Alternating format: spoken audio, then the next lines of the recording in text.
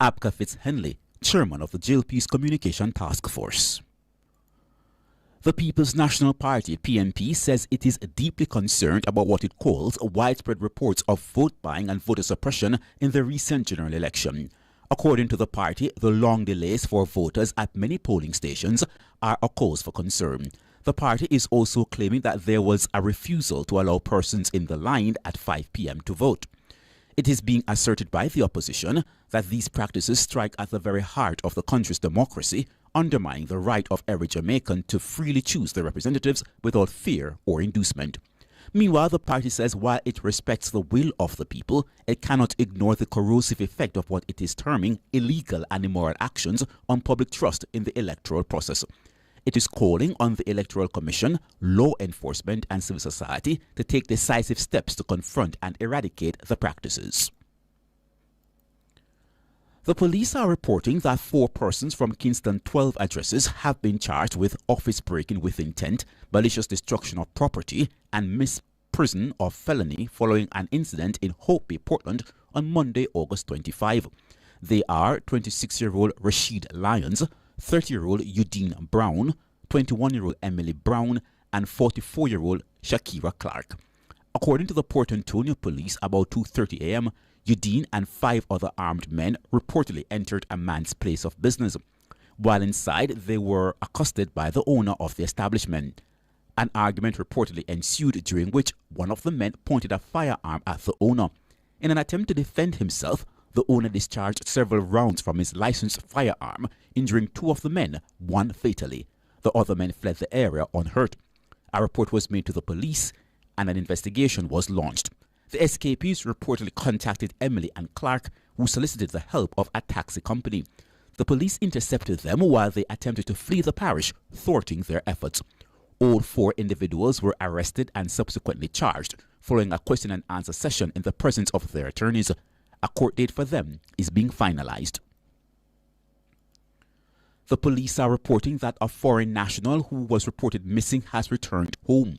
He is 23-year-old Shamar Hollingsworth of Astoria, New York, USA, and Great House Drive, Hayes in Clarendon. He is said to be in good health. To news now on the international scene.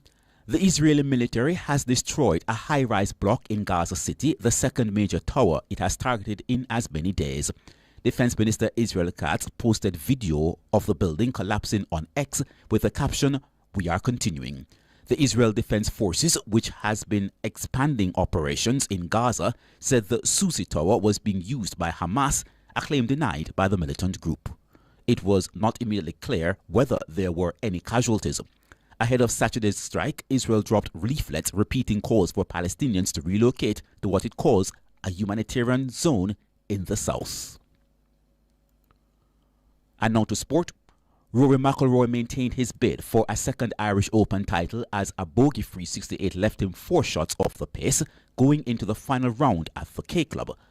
Hunting his first win since the Masters in April, McIlroy carded 4 birdies to stay in touch with France's Adrian Sadler, who matched the Northern Irishman's 68. Italian Open champion Sadler leads by a shot from Spain's Angel Hidalgo, who hit 12 birdies in a stunning 9 under 63 vault into contention. Playing with McIlroy, Spain's Alfredo Garcia Heredia fired a 67 to sit 3 shots off the pace, but overnight leader Joaquim Legenian slipped to 4 back with a 73. Despite a second straight bogey-free round, McIlroy said he was frustrated after failing to make up more ground on the lead. And now for a recap of the top stories making the news at this hour.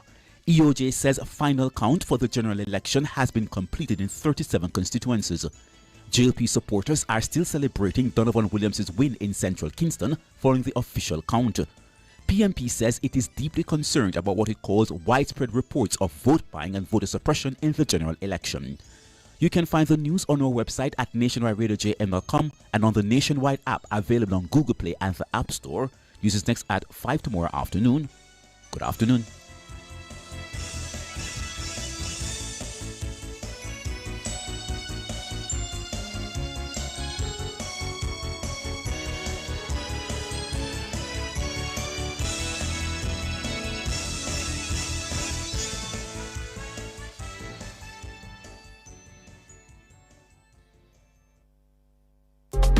indicators, it's just some of your way.